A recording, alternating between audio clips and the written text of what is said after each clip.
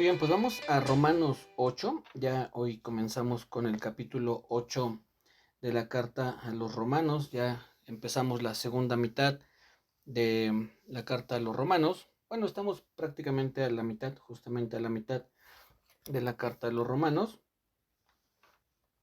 La semana pasada estuvimos hablando acerca del pecado que mora en mí. Es así el título que lleva esa enseñanza. El día de hoy es Viviendo en el Espíritu.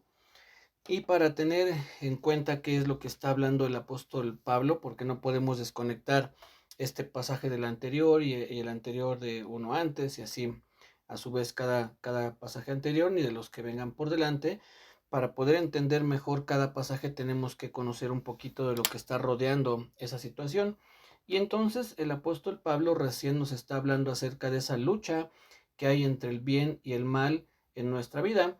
Por una parte dice que ahora somos muertos al pecado, estamos vivos para Dios, ya no somos esclavos del pecado, ahora somos siervos de Dios, y está haciendo constantemente esa comparación. Dice que estamos muertos a esa ley que nos impedía en alguna medida andar bien delante del Señor, y ahora estamos viviendo por la gracia de Dios. En fin, está haciendo el apóstol Pablo esa comparación una y otra vez en cuanto a nuestra antigua condición, nuestra nueva condición. Y termina el capítulo 7 hablando de esa lucha. Dice en el verso, por ejemplo, en el verso 22, dice: porque según el hombre interior me deleito en la ley de Dios, pero veo otra ley en mis miembros que se rebela contra la ley de mi mente y que me lleva cautivo a la ley del pecado que está en mis miembros. Por una parte, el apóstol Pablo tiene el deseo de servir a Dios, en su mente está el querer agradar a Dios, pero su cuerpo, su carne se resiste, su carne busca siempre lo suyo y está siempre en esa lucha contra lo que Dios quiere. Dice en el verso 24: miserable de mí, del capítulo 7, Romanos 7:24, miserable de mí, ¿quién me librará de este cuerpo de muerte? De ese cuerpo que nos lleva a querer pecar, que nos lleva a querer hacer lo que a la carne le agrada, los deseos de la carne. Y en el 25 está la respuesta: gracias doy a Dios por Jesucristo, Señor nuestro, así que yo mismo con la mente sirvo a la ley de Dios, mas con la carne a la ley del pecado. Entonces, eh, lo que podemos ver en este pasaje en el capítulo 7, para poder entrar ya de lleno al capítulo 8, es que el apóstol Pablo tiene toda la intención de servir a Dios, pero por otra parte ve que hay tropiezos en su vida. Tal vez en algún momento hubo desánimo, tal vez en cierto momento se sintió que ya no tenía más fuerzas para poder continuar en este caminar del cristianismo, y es algo que también puede pasarnos a nosotros, que en algún momento nos sintamos desanimados, que tal vez realmente no vale la pena todo lo que estamos haciendo o dejando de hacer. Uno de los salmistas, que se llama Asaf, escribe un salmo, y él tiene esa situación en su corazón de decir: en vano he limpiado mis manos, en vano me he guardado, porque puedo ver cómo los impíos progresan, cómo los impíos tienen comida en abundancia, cómo a los impíos les va muy bien, y él, por lo que da a entender, está sufriendo por situaciones en su vida, y dice: bueno, ¿de qué ha servido el consagrarme al Señor? ¿De qué ha servido que yo esté trabajando en este caso, pues en los salmos, escribiendo, alabando al Señor? Hasta que dice: bueno, cuando entré al santuario de Dios entendí el final de ellos. Aunque aquí en esta vida nosotros podamos tener en algún momento desánimo, podamos incluso compararnos nuestra vida con la vida de otra persona o de gente que no conoce a Dios, y uno podría pensar: ah, caray, ¿cómo es que yo estoy padeciendo tanto?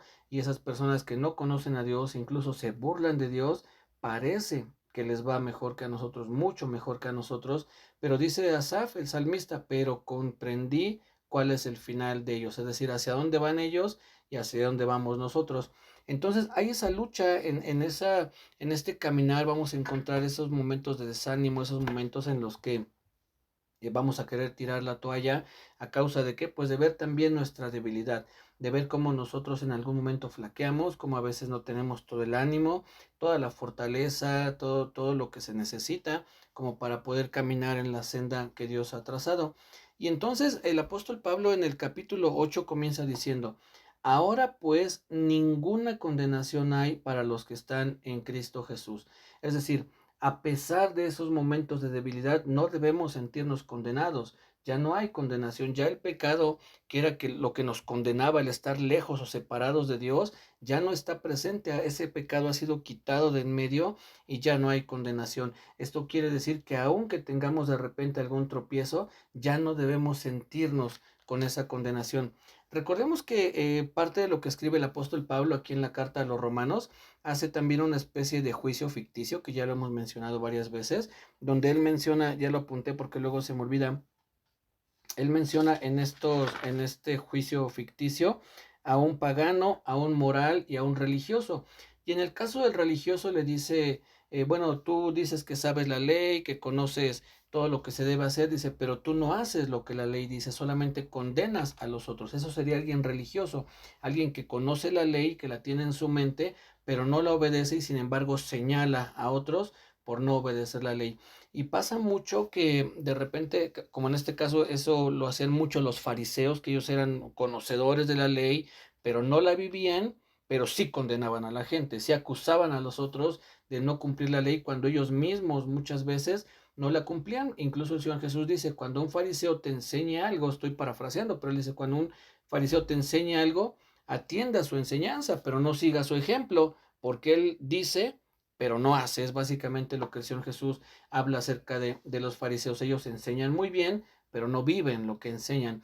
Entonces, en el caso de los muchos líderes religiosos pasa eso, conocen la palabra de Dios, conocen cómo aplicarla y después se suben al púlpito y comienzan a condenar a las personas que tienen algún fallo, algún tropiezo, que todavía hay áreas en su vida en las que no pueden estar avanzando como uno quisiera y entonces desde ahí nos dicen, no, pues tú tienes que cambiar, voy a creer, ¿cómo es posible? Entonces, y cosas que nos puedan decir, sí, muchas cosas, ¿no?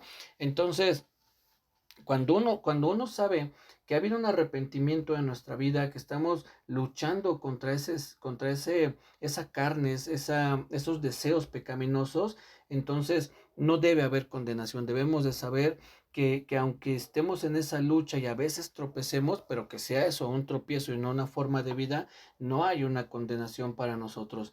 Debemos de sentir y saber que estamos perdonados, que fuimos rescatados, justificados y todo lo que ya hemos venido aprendiendo y que ya no hay ninguna condenación. No tenemos por qué sentirnos condenados cuando alguien nos habla de que está en un nivel superior al que nosotros consideramos que estamos, ¿no? Cada quien avanza pues al nivel o al ritmo que Dios ha determinado y no porque alguien avance más que otro tiene derecho a condenar a los demás.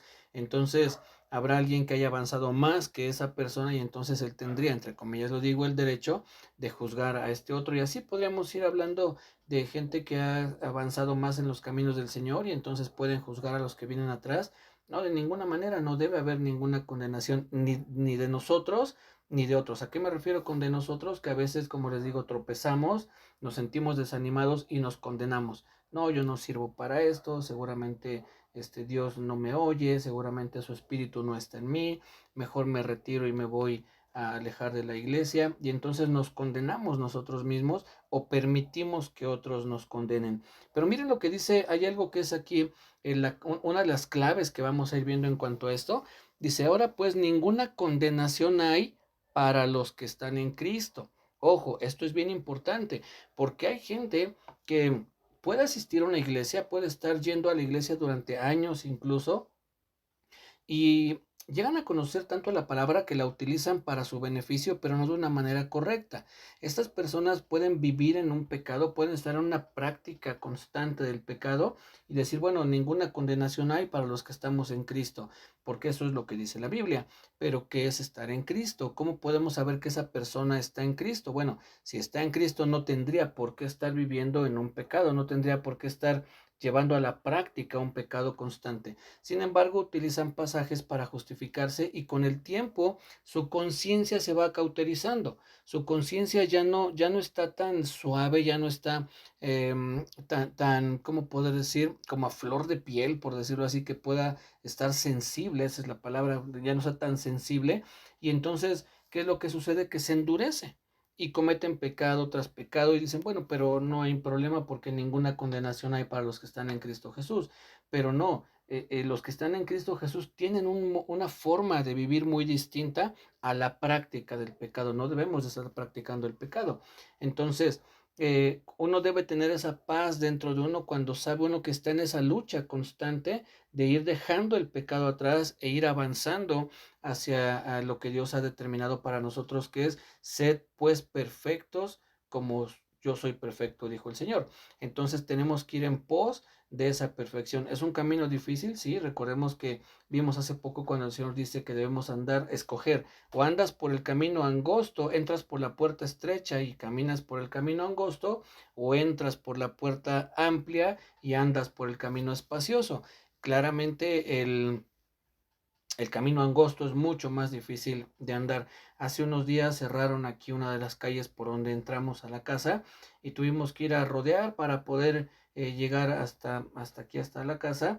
Y la parte por donde entramos es un camino de muchas piedras, con muchas zanjas. La lluvia había hecho ahí algunos canalitos y era muy difícil transitar. Y entonces los autos que circulaban por aquí, pues buscaban también por dónde pasar, por donde encontrar también una salida y seguir su rumbo. Y entonces nos encontramos en un camino muy, muy, muy estrecho, donde uno de los carros se aventó así para pues querer ganarme el paso. Yo ya venía a la mitad del camino y tuve que pegarme tanto, tanto, tanto a una malla que habían puesto en un terreno, que algunos de los alambres de esa malla rasparon ahí, rayaron el carro, ¿no? Entonces, ¿qué idea nos da esto? Que a veces pasa así, queremos o debemos andar en ese camino tan estrecho, pues que a veces nos damos nuestros raspones, ¿no? A veces salimos un poco estropeados de ese caminar. ¿Por qué? Porque es un camino angosto, donde es posible que tropecemos, donde es posible, no nos es tan fácil andar como nosotros quisiéramos, sobre todo cuando tratamos de someter a la carne y que no haga su voluntad, que la carne no busque el camino espacioso y entonces en ese camino angostito, pues sí, hay veces que salimos, como les digo, medio raspados o arañados, pero tenemos que andar en él. Dice este pasaje, vuelvo a leerlo: ninguna condenación hay para los que están en Cristo Jesús. Ahora, ¿quiénes son o cómo sabemos quiénes son los que están en Cristo Jesús? Lo dice el apóstol Pablo en la segunda parte del verso 1. Los que no andan conforme a la carne, sino conforme al Espíritu. Es decir, en otras palabras, ¿qué significa conforme o conformarse?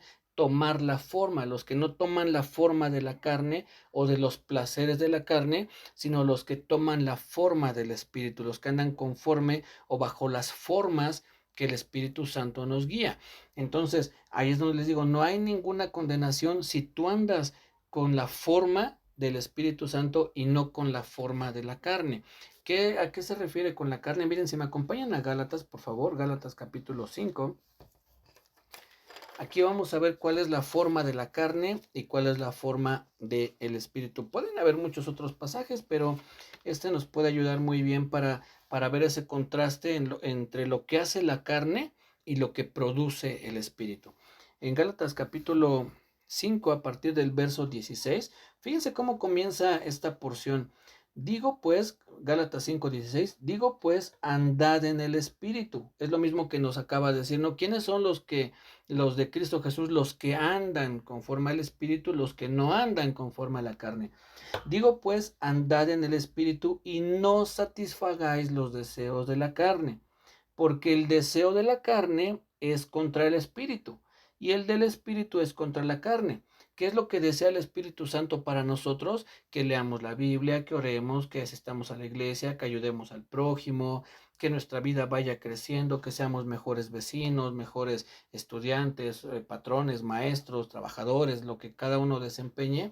¿Qué es lo que quiere la carne? Bueno, la carne quiere dormir otro poco, quiere ver más televisión y menos lectura de la Biblia, quiere descansar más y asistir menos a la iglesia, quiere transar, es decir, ganar más sin tener que trabajar lo justo. En fin, la carne busca eso y el espíritu nos enseña otra cosa. Entonces dice, porque el deseo de la carne es contra el espíritu y el del espíritu es contra la carne. Y estos se oponen entre sí. Hay ese choque, lo que les decía, están oponiéndose constantemente lo que mi carne quiere hacer y lo que el espíritu me indica que tengo que hacer. Dice, para que no hagáis lo que quisierais. Pero si sois guiados por el Espíritu, no estáis bajo la ley. y manifiestas son las obras de la carne. Aquí vamos a ver cuáles son las obras de la carne. ¿Cómo sería una persona? Vamos a describirlo con base en esto que vamos a leer. ¿Cómo sería una persona que anda en la carne?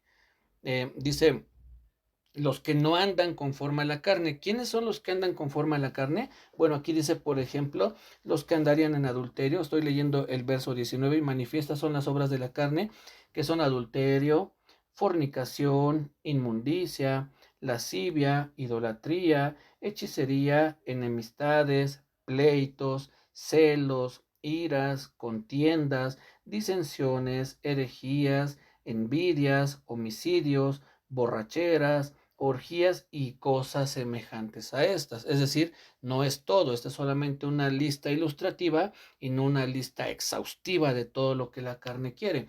Entonces nos da unos ejemplos aquí también el apóstol Pablo de cómo podríamos ver una persona que anda en la carne, una persona que anda en envidias, que anda en adulterio, que anda en idolatría, que anda en contiendas, en envidias, en borracheras, en orgías, es decir, todo lo que la carne desea, esto es lo que la carne desea.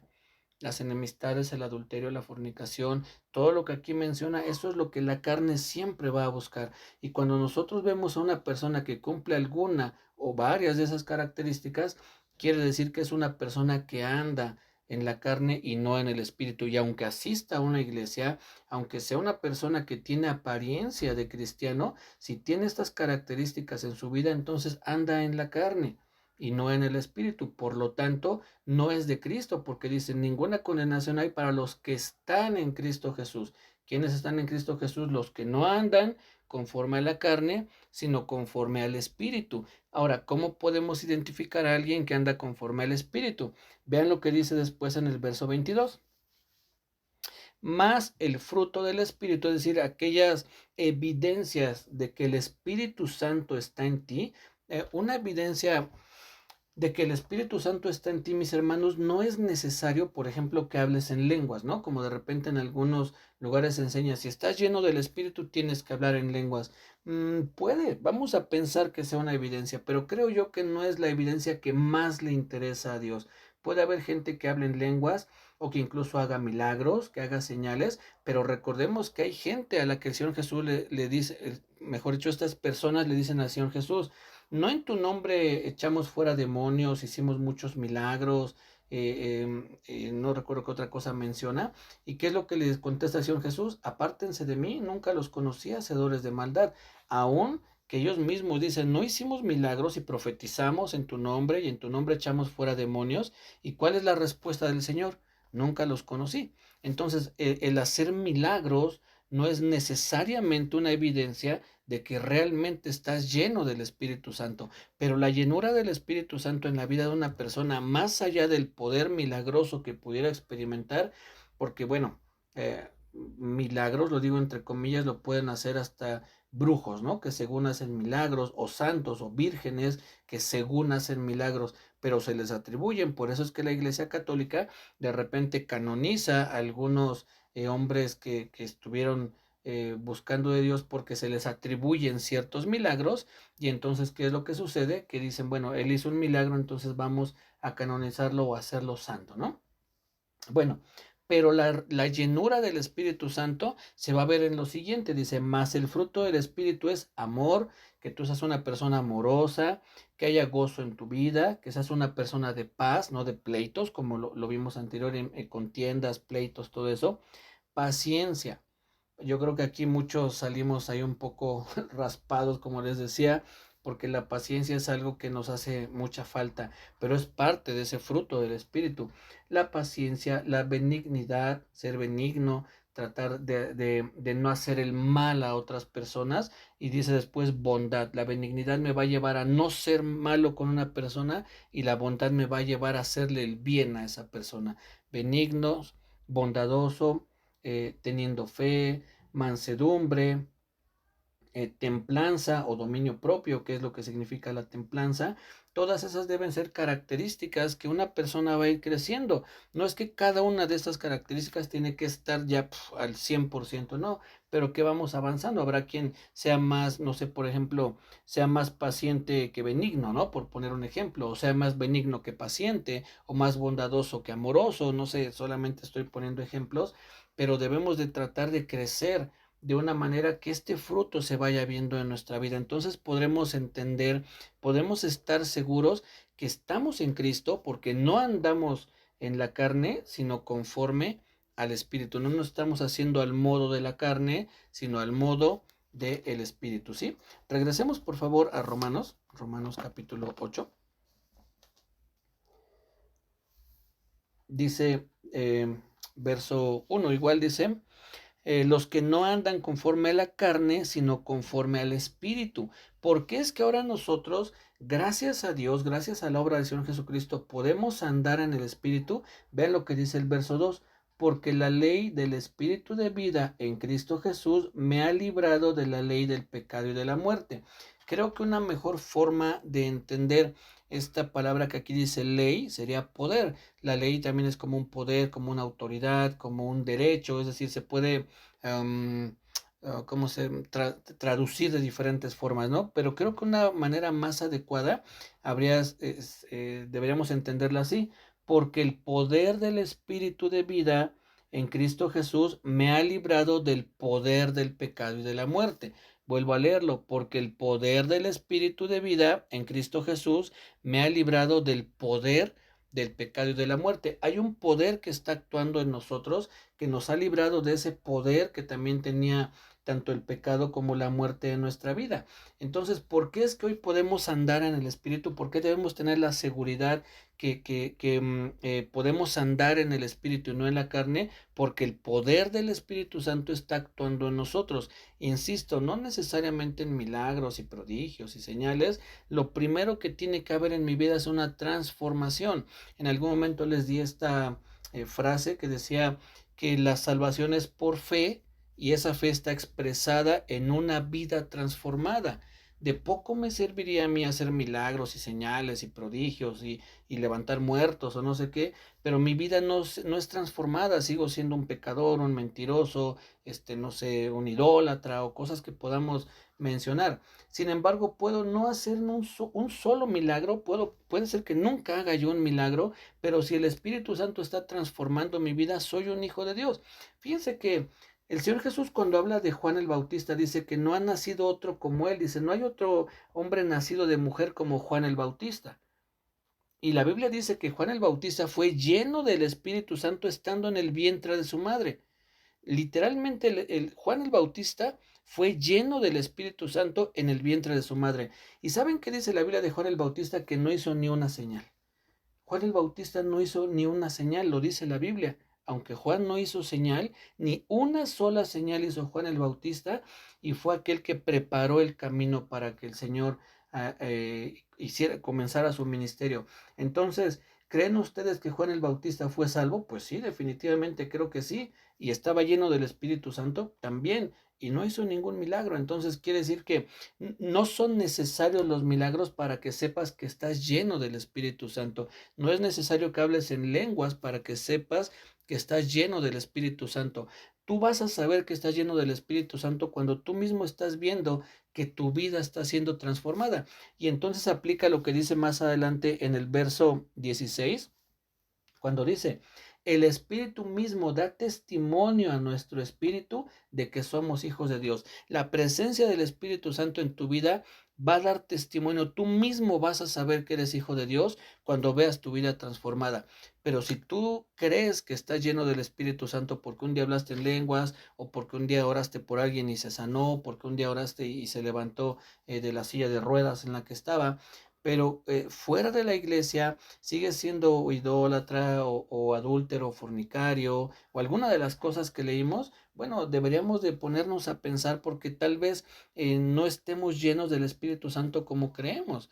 Puede ser que sí haya gente que se sane porque Dios tiene en su voluntad que se sanen, pero no quiere decir necesariamente que somos salvos. Esas no son evidencias de la salvación, sino la vida que va siendo transformada, no es no ser, no tomar, no tener la forma de la carne, de los deseos de la carne, sino tener la forma del Espíritu, tener la forma del Espíritu Santo que nos va él moldeando a la imagen de nuestro Señor Jesucristo. Entonces, tenemos la seguridad que podemos andar en ese camino si estamos en Cristo Jesús, porque el poder del Espíritu Santo que vino mediante el Señor Jesucristo nos libró del poder del pecado y de la muerte, es lo que está diciendo aquí el apóstol Pablo.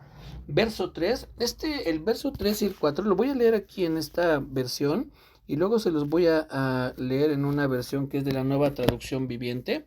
Y primero vamos a leer lo que dice aquí en la Reina Valera. Dice el verso 3, porque lo que era imposible para la ley, por cuanto era débil por la carne, Dios, enviando a su Hijo en semejanza de carne de pecado y a causa del pecado, condenó al pecado en la carne, para que la justicia de la ley se cumpliese en nosotros, que no andamos conforme a la carne, sino conforme al Espíritu. Ahora lo voy a leer en esta versión que les digo y va a quedar un poquito más claro, ¿no? Dice igual Romanos 8, versos 3 y 4. Dice, la ley de Moisés no podía salvarnos porque nuestra naturaleza pecaminosa es débil. Es decir, recordemos que la Biblia dice, en algún momento Dios les da la ley y les dice, bueno, cumplan la ley y vivirán, pero ni ellos ni nosotros podíamos cumplir la ley porque nuestra naturaleza pecaminosa es débil. Ya vimos que la ley no era el problema, sino el problema es nuestro pecado y eso nos impide cumplir la ley. Entonces dice aquí, la ley de Moisés no podía salvarnos porque nuestra naturaleza pecaminosa es débil. Así que Dios hizo lo que la ley no podía hacer.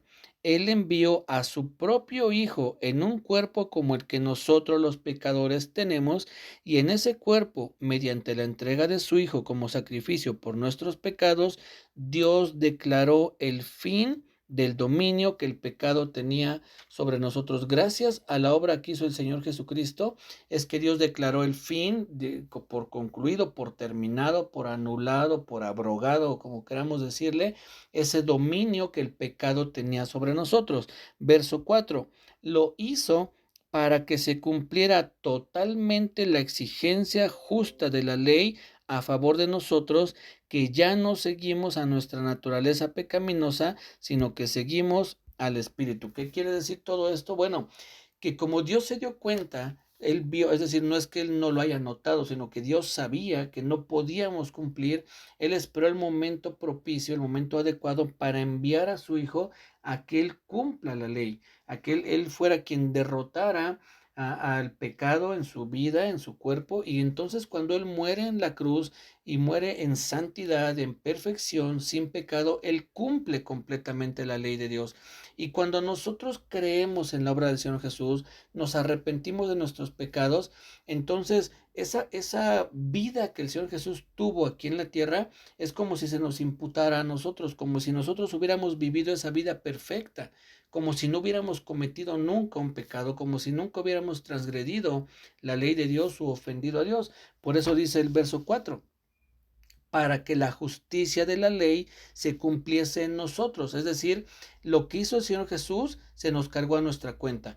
Yo cumplo la ley, yo la hago perfecta, yo hago todos los mandamientos. Ahora, el Señor Jesús nos diría algo así como, ¿tú crees en mí? Sí, bueno, entonces lo que yo hice también es imputado a ti, también se te cuenta a ti. Es decir, tú eres tan justo como yo lo soy, diría el Señor Jesús, debido a que crees en mí, a que te has arrepentido de tus pecados y crees en mí. Entonces, por eso comienza diciendo el apóstol Pablo, ninguna condenación hay.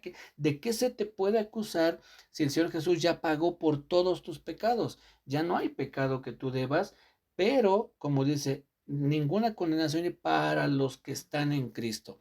¿Cómo podemos estar en Cristo? Bueno, esto es un buen comienzo, el saber, como ya lo dije hace un momento, arrepentirme de mis pecados, pedirle perdón al Señor y creer en que Dios realmente hizo todo lo que la Biblia dice que hizo. ¿Qué fue lo que hizo? Bueno, lo que acabamos de leer también, que envió a su Hijo para que Él pudiera cumplir la ley a nuestro favor y después otorgarnos el perdón de los pecados y que hoy Dios nos pueda ver justos como su Hijo es justo. Entonces, Es una confianza bien grande la que tenemos, una esperanza enorme, que más adelante va a hablar también acerca de esa esperanza, de nuestra herencia, aquí mismo en el capítulo 8. Pero ahorita por el momento, una de las cosas que quisiera que quedara bien guardadas en nuestro corazón es que el Espíritu Santo en nosotros nos está llevando a parecernos al Señor Jesucristo, más allá, insisto, de las cosas externas que puedan suceder. ¿A qué me refiero con externas? Como les decía, con las señales y prodigios y esas cosas que son externas. Lo principal es lo interno, lo que el Espíritu Santo está trabajando en nosotros. Después dice en el verso, sí, bueno, ya vimos, dice aquí en el verso 4, para que la justicia de la ley se cumpliese en nosotros. ¿Qué dice después?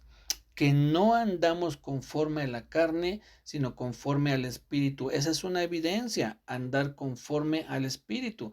Ya vimos, y la Biblia habla de maledicencia, es decir, aquellos que dicen groserías al por mayor, aquellos que tienen un carácter que, como se dice, eh, coloquialmente o un poco de broma, que se parecen a la lámpara de Aladino, ¿no? Dicen, ¿por qué a la lámpara de Aladino? Porque los tocas y les sale el genio, ¿no? Hay gente así que estalla por cualquier cosa, es decir, son fallas o son defectos en nuestro carácter, pero que si nos vamos conformando, tomando la forma del Espíritu, entonces vamos a ser pacientes, benignos, bondadosos, que son parte del fruto que ya leímos. Entonces, dice después en el verso 5, porque los que son de la carne piensan en las cosas de la carne, pero los que son del Espíritu en las cosas del Espíritu.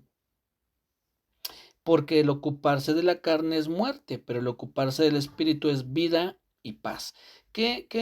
Si pudiéramos nosotros hacer un balance de nuestra vida de 24 horas, ¿no? De un día, es decir, que tomáramos, no sé, el día de ayer o antier o el sábado o el viernes anterior, el día que haya sido, y nosotros pudiéramos ver qué tanto de nuestro tiempo le dedicamos a la carne, a pensar en las cosas de la carne, o a pensar en las cosas del Espíritu. Dice aquí en el verso 5, porque los que son de la carne piensan en las cosas de la carne. Si solamente yo entiendo que hay cosas que uno tiene de qué ocuparse, ¿no? Del trabajo, de los quehaceres de la casa o de la escuela, según lo que cada uno desempeñe. Todo eso es algo que se vuelve en alguna medida intrascendente, es decir, el que yo vaya a trabajar, quien hace los labores del hogar las cumpla, o quien va a estudiar, pues que vaya a la escuela. Todo eso está bien, es parte de lo que debemos hacer. Pero ¿cuánto pensamos más allá en Dios? ¿Cuánto pensamos en que queremos leer la Biblia o asistir a una reunión, orar o compartir el Evangelio a alguien, visitar a un hermano que está enfermo o alguna persona que está enferma para compartirle acerca del Evangelio? ¿Cuánto de eso ocupa nuestra mente? Insisto, yo sé que tenemos que descontar el tiempo que estamos trabajando y que nuestra mente se ocupa en el trabajo. Pero más allá de eso, el tiempo que nos sobra, el tiempo que nos queda libre, ¿cuánto le dedicamos a pensar en las cosas del Espíritu, en las cosas que Dios nos enseña? ¿O cuánto tiempo de esos momentos libres que tenemos se los dedicamos a ver películas o a ver el celular o a distraernos en alguna cosa, ¿no? Y vuelvo a decir, no es que esté mal ver una película o distraernos un poco en el celular, pero sí hay un problema cuando es más el tiempo que le dedico a las cosas de la carne que a las cosas del Espíritu. Los que no piensan en las cosas de la carne, sino que piensan en las cosas del Espíritu, estos están en Cristo.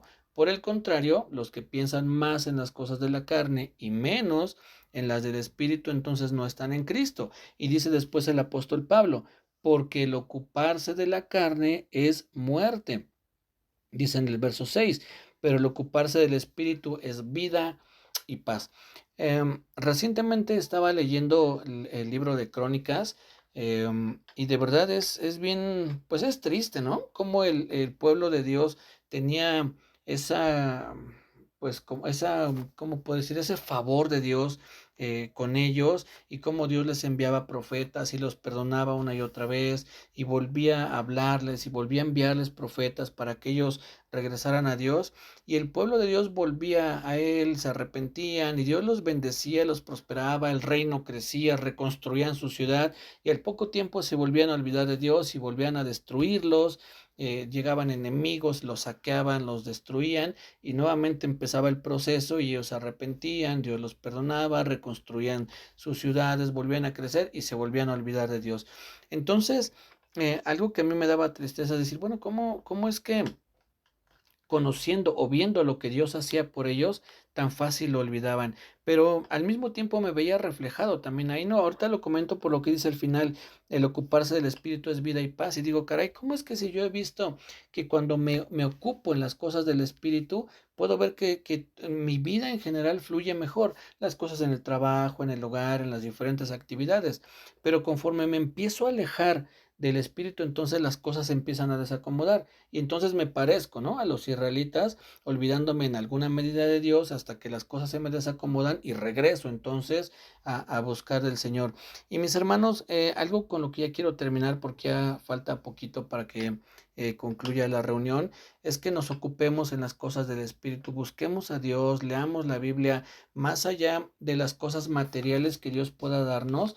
Lo que más importa en nuestra vida es lo que dice aquí, el ocuparse del Espíritu es vida y paz, que haya esa vida que viene de parte del Señor y vivamos en paz, no en angustia, no en agonía, no en pleitos, no en celos, no, que haya en nuestra vida esa paz, y es buscar vivir en el Espíritu. ¿De qué manera? Pues como les decía, arrepintiéndonos de nuestros pecados, buscando al Señor y pidiéndole que su Espíritu Santo comience esa obra de transformación en nuestra vida, para que entonces podamos andar en el Espíritu y no en la carne, recordando que el poder del Espíritu está operando en nosotros para llevarnos a la imagen del Señor Jesucristo, ¿sí?